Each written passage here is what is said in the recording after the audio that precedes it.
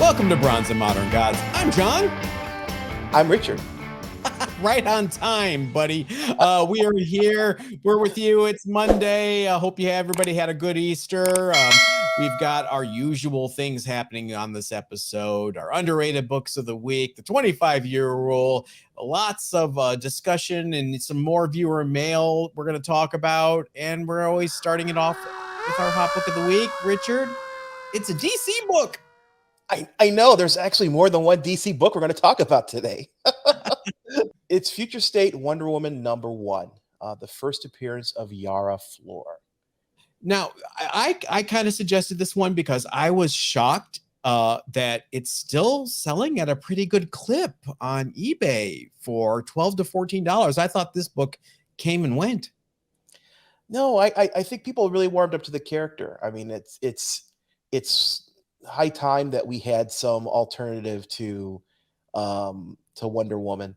So I'm really excited about this character. Well, you like Jenny Frison too. I do, and her covers are always just on the mark, and she's got a gorgeous cover for this title. Also, there's an awesome Adam Hughes cover too, if you're an Adam Hughes fan. Ooh. I know you are. Graded 9.8s are selling for $68. I mean, this is an easy book to grab and hold on to, I think, for something to happen. Oh, absolutely. I mean, now is the time to buy this book, not 3 years from now when, she's highlighting a new movie or TV show. Buy it while it's cheap. And this is first appearances fall into two categories, unfortunately. The money grabs, where you got the clown hunters and characters that come and go just to be a first appearance.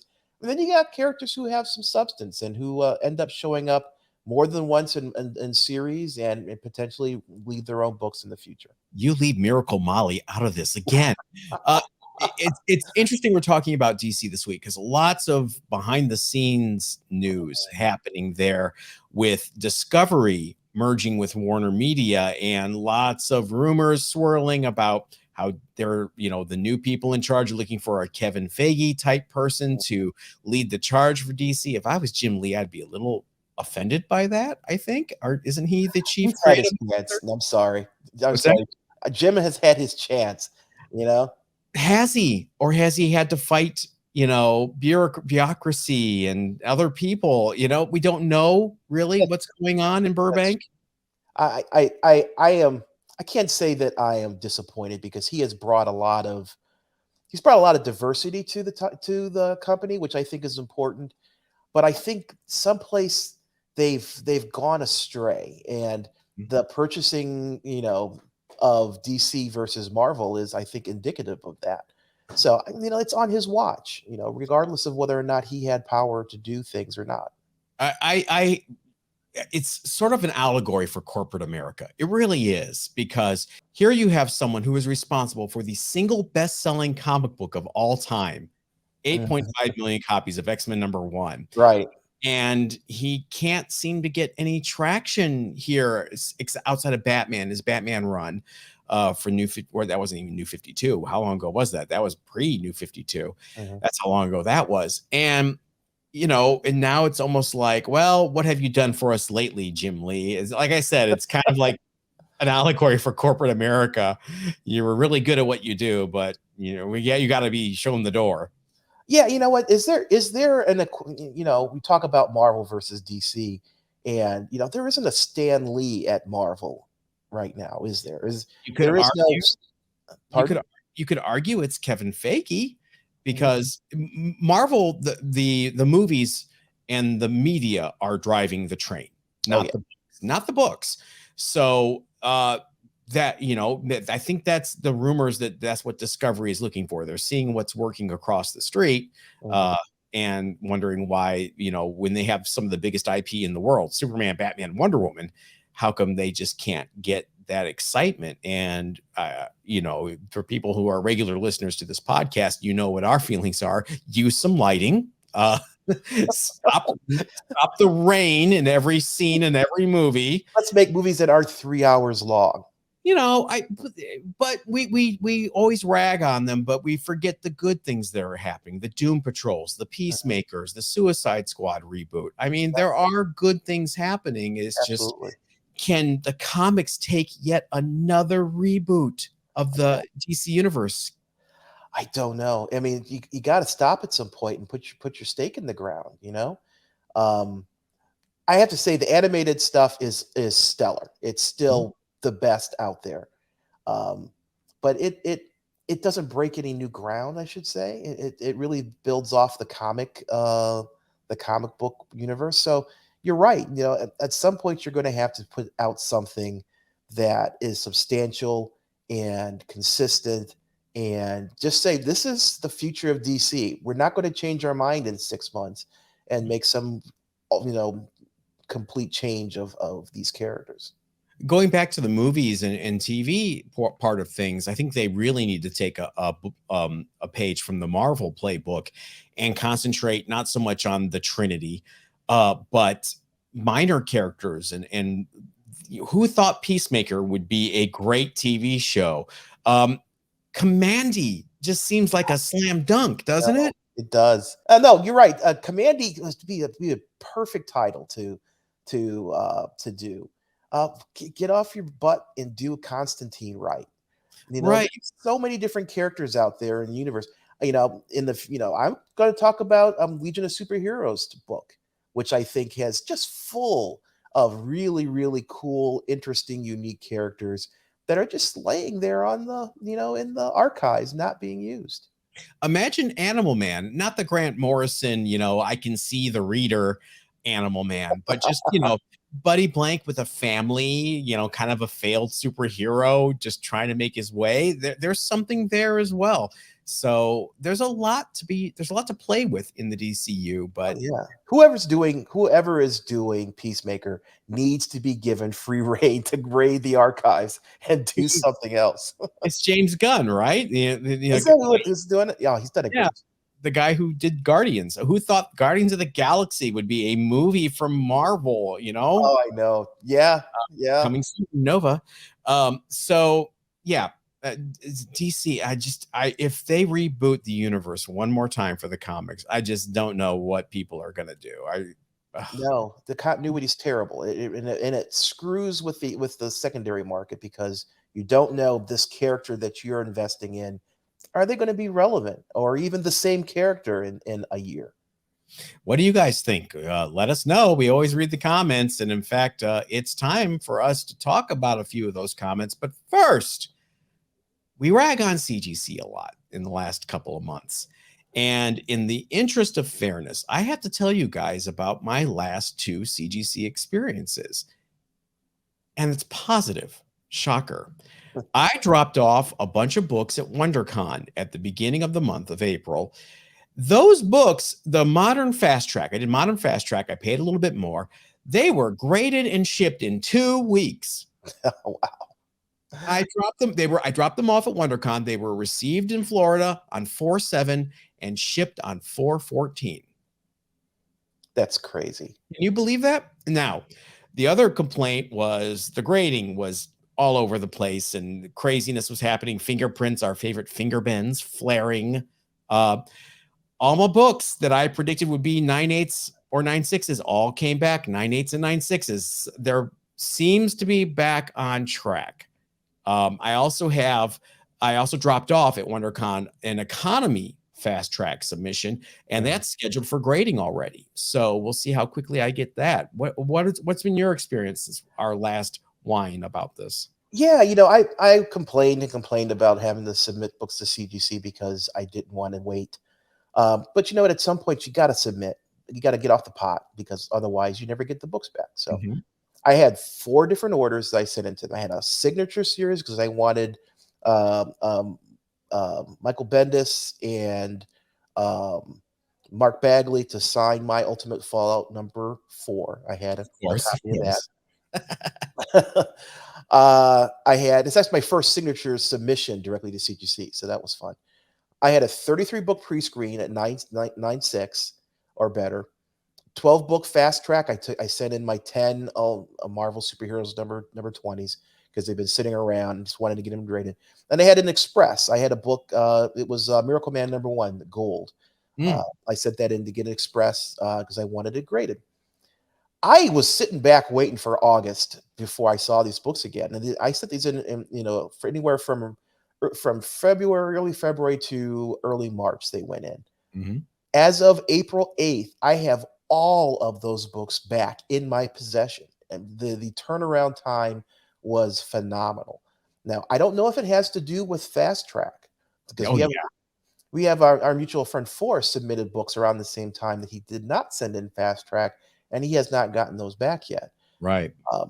To me, it's worth it. I mean, it's that extra $15 for the Fast Track, but if they come back this quickly, it's you can make that money back in being able to sell the book when it's hot versus it cooling down by the time you get it back. I'm curious, what did your Miracle Man come back as? It came back as a 9.4. Yeah. And how do they mark it on the label? Because they didn't give you a yellow label.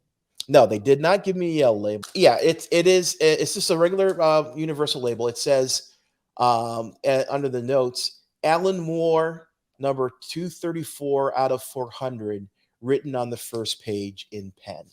That's Okay. what it says on the book. So that's perfect. That's why I wanted to, that denotes that it's one of those, the first 400 books that Mr. Alan Moore signed. I validated it was there before I sent it in just to make sure. So this is one of the first 400 copies of this title. Did you send the certificate in with it, or did you keep it? I did not. I kept it. Do you think it was a 9.4, or did they mark it a 9.4 because of the writing? I thought personally it was a 9.6.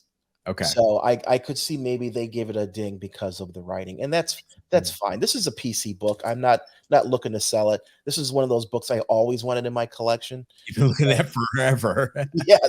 Yes. Well, congratulations. So you guys, we're doing this not because CGC reached out to us and nothing like that. They're not paying us. It's just if we're gonna be critical, we also have to be positive when they're doing things right. And what's your experience? Tell us again. We want to hear your comments. We want to read them. And in fact, why don't we do a bit of those right now? Richard, you start us off. That sounds like a good idea. All right. My first viewer mail is from A100. You mentioned of the pulping of an issues newsstand edition reminded me of my buying habits in the 2000s. Mm-hmm. My LCS oftentimes didn't carry some of the more obscure DCs, so I bought regularly from supermarket with self-scan checkouts, where not only you could ensure careful handling, but also spared those ultra high grade newsstand copies from the shredders. That is a great idea. I remember buying my newsstands from Walden's Books and Barnes and Nobles, which are the local bookstores in the area. That's where I typically got my newsstands. What about you, John?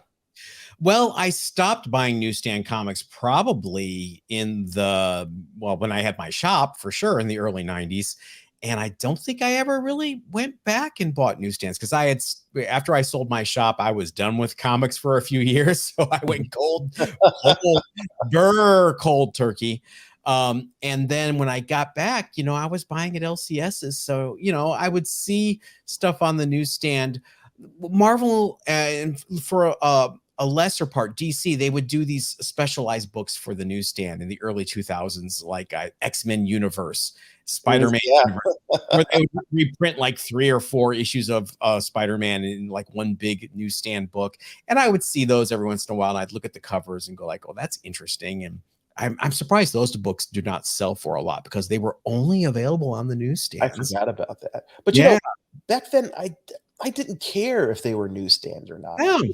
I was reading books and I was buying them on the newsstands because those books weren't available at my local LCS. Yeah. So nowadays, I wish I could go back in time. 2011 and go to every Barnes and Noble and snatch up every Ultimate Fallout 4 we find. Dear Lord, you saw a 9.6 newsstand edition of Ultimate Fallout 4 selling for how much? $35,000. Okay, moving on. My piece of viewer mail here is from Eddie Rorden, who, thank God, corrected me from we were talking about Gwen Stacy and how boring of a character Gwen Stacy is. And despite some people in the comments trying to come at me, nobody made a good case for Gwen Stacy being an interesting character. Tell me why she's interesting besides the fact that she's blonde and pretty and wore go-go boots. I mistakenly mentioned that Betty Brant had her brother was the Molten Man. Incorrect.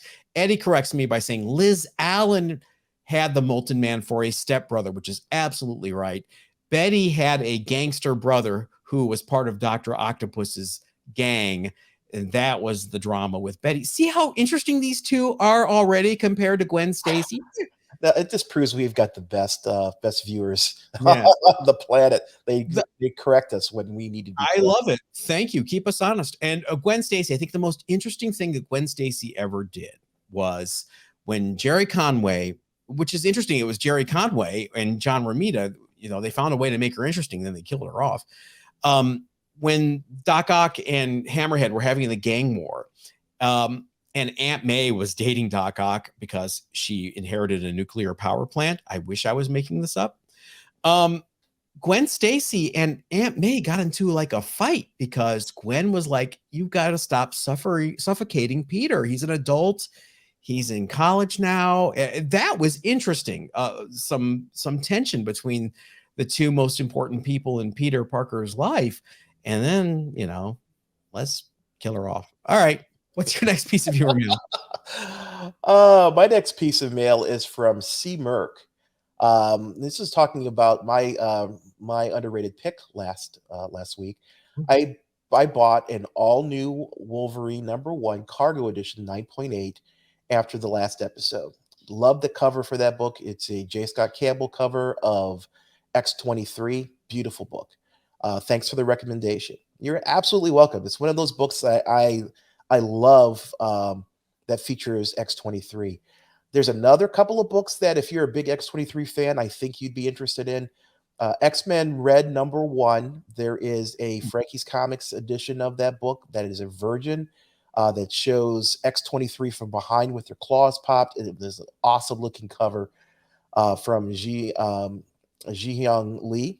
Mm-hmm. He then did another cover for X-Men #1 in 2020 that is the same pose, but with a different costume. Let's just say her hair's hanging. Her X-23 outfit. Right. Yeah. And I think those are just two awesome covers with a very similar pose from the same artist. They have their variant covers of I believe they're both of 1,000 or more, for the virgin covers. There's trade dresses of both if you're interested in those. But you can pick up the X-Men #1, the 2020 on Frankie's Comics right now, the set for $55. To me, it's well worth it. They're just gorgeous covers. Nice. My next piece of viewer mail is from Alexander Pantoja, and he writes, "Great show, John and Richard." Thank you very much, Alexander. Yeah. John, Martian Manhunter was Bloodwind. Thank you again. We were talking about the last days of the Justice League before they rebooted it in 1997, and I could not remember the name of the character that was revealed to be the Martian Manhunter in disguise, and it was indeed Bloodwind with a Y. How 90s is that? First of all, it's quite 90s. Blood in the name. Lots of like pockets and all over him. Yeah, blood plus a random word. Always, a slam dunk 90s extreme name, and then take one of the vowels and make it a Y, and it's the 90s in a nutshell. He changed back and forth until they both separated from a merged slate. Thank God I stopped reading that book. Anyway, JLA #1 was the comic book everyone was waiting for. Indeed, it was finally an A roster team book after being an average Justice League team. Yeah, agreed. We even had Wally West and Kyle Rayner, 2 X-Teen Titan members, graduating to the JLA. Other heroes like Plastic Man, Steel, Huntress, Big Barda, and Mr. Miracle would join the JLA. Well, to be fair, Barda and Mr. Miracle were in the earlier JLA, the Bwahaha era at the beginning. And Steel was in Justice League Detroit. Was The grandson of the original Steel was in Justice League Okay. Detroit, which, you know, man, Justice League Detroit, there's a movie, DCU. Oh, Justice League Antarctica. There's tons. There's so much. It would be funny to have it take place in 1985, have Vibe be the breakdancing Puerto Rican. I mean, lean into it. It would be, I don't know, maybe I've lost my mind. What's your next piece of your mail? My next piece is from Scott Thompson. From Kids in the Hall, Scott Thompson? I don't think it's the same Scott Thompson. I hope it is. All right, go on. That would be awesome. Let's pretend. Okay. So just where does one buy newsstand comics nowadays? My local Barnes and Nobles doesn't seem to have any. Yeah, we talk about newsstands. Unfortunately, they stopped producing newsstand versions of comics probably in 2014, I believe, was the last year. Yeah, DC held on a little longer than Marvel, but I believe Marvel stopped like in 2012, right after Ultimate Fallout 4. And I think DC held on to 2015, but you guys, you know, in the comments, you can correct us as you always do, and we appreciate it. Yeah, so unfortunately, they are no longer available. There was this whole transition because back in the 70s, everything was newsstand. There was no direct market. In the 80s, the direct market came about, and they started having a small percentage of the books. And then over time, more and more books were produced direct instead of newsstand. And we hit this point as we talked about Ultimate Fallout 4, where in 2011 there were such a small number of newsstands. They're thinking, because there's no hard numbers on it, but they're thinking that less than 5% of the books for Ultimate Fallout actually were produced for newsstand. And so that makes them really, really rare and really hard to come by. But nowadays, everything is direct. The newsstand market just isn't there. No publisher wants to accept returns on books anymore. Unless you're Archie. Yeah, Archie is always kind of like an oddball to the industry, and I'm glad. I'm curious. I know the digests are on the newsstand. I don't know if the comics still are, or if they've given up on the comics. I think it's just the digests. You know, they're out there with all the other Reader's Digests and things like that for the moms to buy for their children to keep them quiet while they're in the checkout. Do you know how much an Archie Jumbo Digest costs now? God, I don't know how much. I just happened to see one at our local Pavilions grocery store, and I looked. The Archie Jumbo, which is like the big thick ones, you know, $8.99. Wow. Can you imagine being a kid at the newsstand and getting an Archie and Veronica and a Betty Jumbo, our Jughead Jones Jumbo Digest, and walking up to your mom and saying, "Mom, can I have this?" And her looking at the $8.99 price tag and walloping you over the back of the head with the digest? Yeah, really. I mean, you can have a month of Disney Plus or that one digest. I don't have kids. You've got kids, but you don't have young kids anymore. Your kids are in high school. Is this out of whack, or is this just the way things are now in terms of pricing? I don't think it's the right market because kids today are digital. I have a hard time getting my kids to be interested in a physical comic. So yeah, my kids would never ask for that when it comes to being in the checkout. They got their tablet. I wonder if it's people like me in the grocery store and they see a Jughead Jones digest that reprints 50s and 60s stories and they go, "Oh, I want to read this on the toilet," and they pick it up. Not that I've ever done that. Of course not. Yeah, I don't know what the market is for that book. I can't see an 8-year-old really being interested in comics from the 50s and 60s. Well, specifically Archie comics from the 50s and 60s. They are beautifully drawn. I mean, Bob Montana, the stories are kind of timeless, but you know, even when we were kids in the 70s, we would look at Archie and go, "What's with the tic-tac-toe board on the side of his head?" It was dated even then. He was wearing sweater vests with his big A on it, like from the 50s, driving jalopies and things like that. Yeah, it's a very, very period type of thing. But there must be, as long as they're there must be a market for them. Something's happening. All right, heading into our DMs on Instagram from New Futuro. He writes, "Hey B&M, I was Bronze and Modern. Okay, I was hoping I could pick y'all's brain a bit about how it is selling at shows. I've slowly been buying small collections and getting steals on slabs here and there and raiding the local dollar bins at shows and the LCS. And I'm at about 9 short boxes and 20 slabs in stock wise, and a month and a half out from possibly doing a show. And wanted to know if you had any tips on how to get through a show day. I'd love the help, really. And I love the channel too. Thank you, New Futuro. Thank you. 9 short boxes and 20 slabs. You're not ready. Just going to be blunt. That's not enough, right, Richard? No, not enough. And well, we've put it this way: do you have 9 short boxes of keys? Right. Because if you got 9 short boxes of keys, then you can probably do a sale. But if you've got 9 short boxes of dollar books, that's just not sufficient. At 20 slabs that you're going to put behind you, maybe, I'm assuming, with a rack. First of all, do you have a rack? Have you built a rack? Google build a comic book rack, and you'll see plenty of people that tell you how to go to Lowe's and Home Depot and assemble one yourself using PVC piping and some shelving you can buy from. It's really easy. Mm-hmm. If you think you have enough and you're going to do it, do not go alone. Bring a buddy, bring a family member. You cannot do a show on your own. You'll be miserable holding your bladder for the entire 8 hours of the show, watching for thieves, because theft is a big problem at comic conventions. So you want another set of eyes. You want someone to spot you when you got to go to the bathroom. You're going to be hungry. You want to get something to eat. You want to go get something to drink. Don't do it on your own. Get there early. The way you're going to know your pricing is good or out of whack is if every dealer comes to your booth before the show opens and tries to buy all of your books. Guilty. Yeah. I've been on both ends of that. I think I've told the story before when I had a whole bunch of Valiant #1s and early issues of Valiant that I got in California. Then I moved back to Cleveland, did my first show in Cleveland, and nobody in Cleveland had ordered those books, and the dealers descended upon me, and I traded all my early Valiants for an Avengers 4. Whoop, whoop. And I've also been the predator who has gone around and been like, I'll take that from you and that from you and that from you.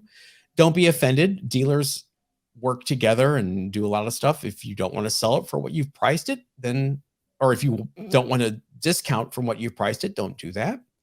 Just don't go by yourself. That's the biggest tip I can give you. Get more stock and don't go by yourself. Yeah. And I would add, sign yourself up for Stripe before you go to the show. Oh, yeah. Yeah. So you can accept credit cards, because people bring a limited amount of cash. And it's just normal. I don't bring cash to shows anymore. I won't do it. Yeah, it's tough. And I know if you're dealing with Stripe, it's a credit card charge. But if you have any big books, no one's going to carry around $1,200 for an Ultimate Fallout 4 9.6. They're just not going to do it. So if you want to sell big books and big slabs, you're going to have to accept credit cards. Get a Venmo account. You can do that as well. PayPal as well. The one person you don't want to be as an attendee of a convention is that moron who goes into the hotel lobby and whips out $3,500 in cash to buy a Fantastic Four #5 in front of everyone, because you're just making yourself a big, foolish target. In my defense, I was giving the money to someone. They were now the big target. All I had was a little. You remember me physically blocking you? Yes, I know. I was so excited. I know. Excited. I'm like, don't do it here. Go to I had spent the whole show waiting to find that book. No, don't be that guy. Don't whip out an envelope full of $100 bills and oh man, and then count them out loud one at a time. I know. Oh, don't be that guy. Don't be Richard. Be Richard. There are much worse things you can be than Richard. Let's go back in time to a simpler time of comic book shows when cash was your only option. And maybe you could even write a check if you felt really lucky, in the year 1997 and the 25-year-old. All right, 25-year-old this week. Everything old is new again, Richard. You know the current Daredevil-inspired crossover Devil's Reign that's happening? Right. About Devil's Reign, 1/2 from 1997. What the heck is a 1/2 book? Remember Wizard used to do half issues? Yeah, what is it about that?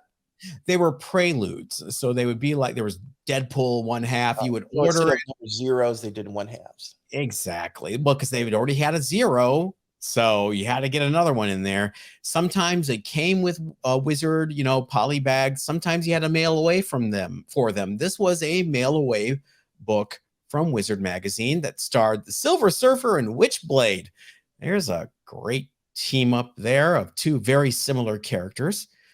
I, and what the heck? Throw in Wolverine and Ghost Rider with this really crappy 97 costume as well while you're at it. This came with regular and, of course, because it's 1997, a foil enhanced cover.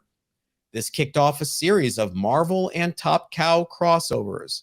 Whatever happened to Top Cow? Is Top Cow still a thing? I don't know. That's a good Where's question. Mark Silvestri? Look under the couch.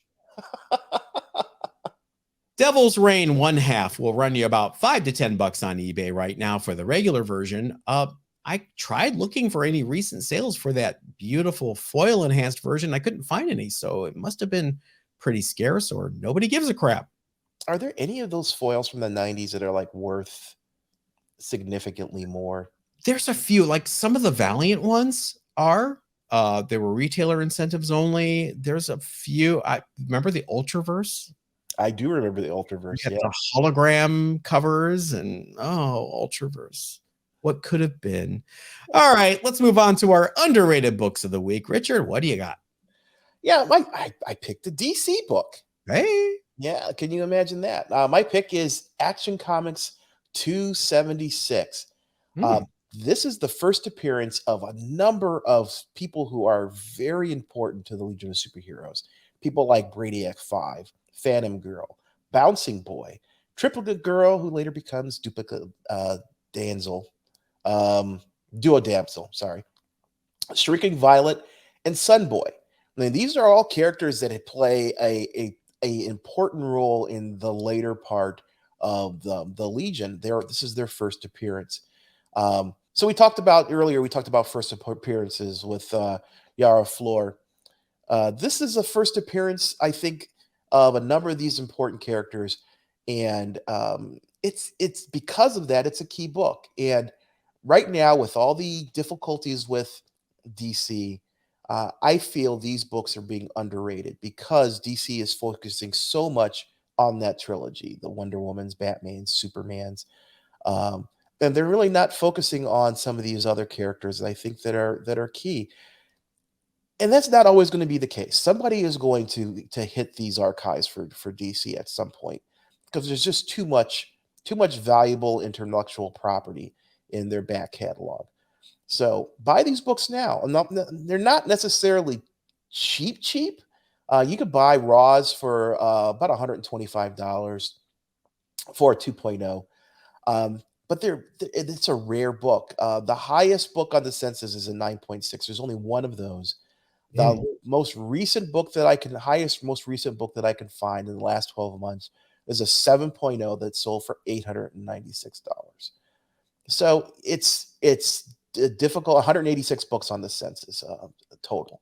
So it's not necessarily very easy to come by, and I think that's great. I mean, you could still get it for a reasonable amount of money. $900 for a 7.0 for a book of this importance, I think, is a really good buy. And this is another one of those long-term investments that I think is a good investment now, while the value is still, I feel, is suppressed because of the issues with DC right now and the fact that Marvel is in its zenith. But that's not always going to be the case. This is an absolutely brilliant pick. Kudos to you. I would never have thought about the first appearance of Brainiac 5 being, obviously he had to appear somewhere. I had no clue that it was in Action 276. And even if it was just Brainiac 5 by himself, this book would be worth it because talk about, a linchpin of the Legion, who's featured on every Legion of Superheroes cover besides Superboy sometimes. friggin' that green skinned Brainiac 5, Supergirl's paramour.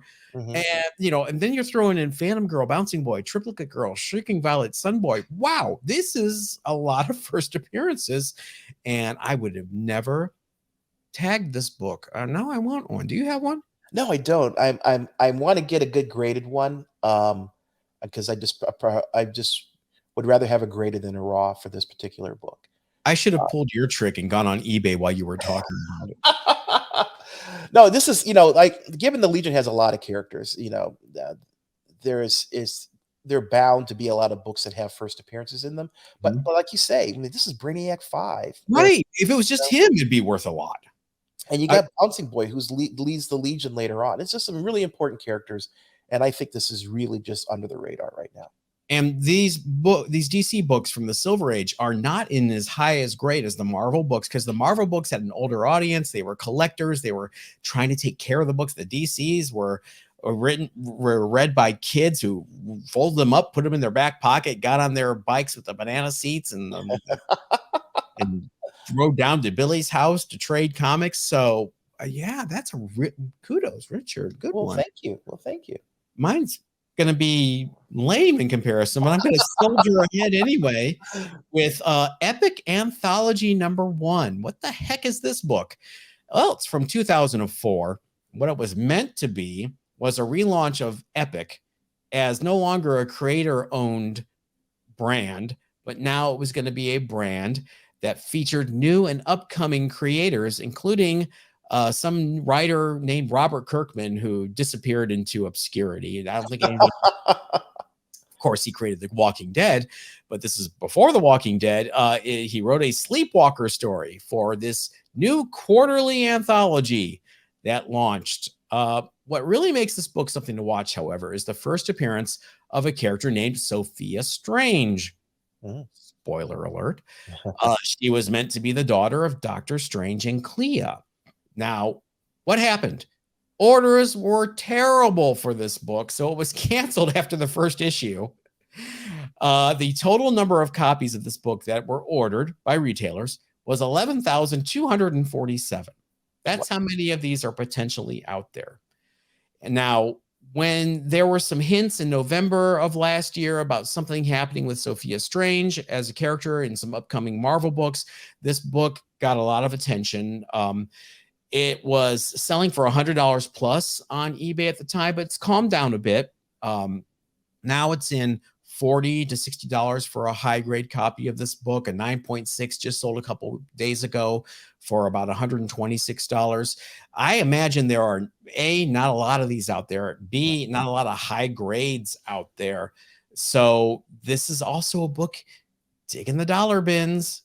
This is a dollar bin book that people are overlooking. It's a really thick cardstock glossy cover. I mean, it was a beautiful package, but no names at the time, no famous creators working on it. The three features were Sleepwalker, Sophia Strange, and Young Ancient One. Let's think about that name for a second. Young Ancient One. That is kind of yeah. Wouldn't he just be Young One? Yeah, a middle-aged guy. Yeah, or soon to be Ancient One. So one issue of this is all that they produced. Did they do another one that maybe sat in because you know how Marvel does. They do stories and they put them on the shelf for a number of years, and then later on when they need filler, they'll pull them out. Looking through this, it appears that Young Ancient One and the Sophia Strange story, which is under the brand Strange Magic, is what the story is called.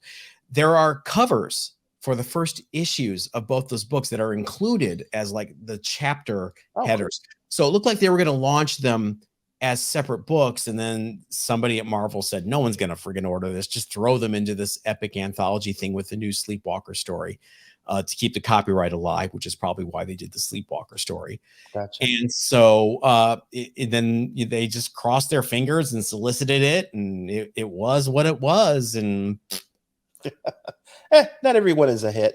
No. And if something does come about because of Sophia, this will be taking off again. Yeah, I haven't heard anything about her being part of the multiverse of madness, but I have read some stuff where there were writers, creators throwing her name around late last year as coming up in some upcoming comics. Mm. So, it wouldn't hurt to have a female sorcerer. Clea is now Doctor Strange, apparently. Yeah, he is the new Sorcerer Supreme. Yeah, so we'll see. Sounds All like a right. taco from Taco Bell. I would like the Sorcerer Supreme with extra chalupa sauce. Delicious. All right, that's going to wrap it up for us this week. Richard, remind everyone, please, where they can find us on social medias. On Instagram and Facebook, they can find us at Bronze and Modern Gods. And on almost did it wrong. Almost. And on the web, they can find us at bronzeandmoderngods.com. And make sure you are following us, at least on Instagram at Bronze and Modern Gods, because we had a surprise live sale last Friday that some of you may have missed. And Richard might be going live soon. Wink, wink, wink, wink, nudge, nudge. I got the slabs I got to get rid of. Yeah, maybe you should go do the show with the new Futuro. Find out where he's at. All right, we will see you next time. Thanks, everybody. Oh, I almost forgot. I will be at San Diego Comic Fest this Friday. If anybody is in Southern California going to San Diego Comic Fest on Friday, make sure you wave me down and say hi. And we will see you next time. Everybody stay safe.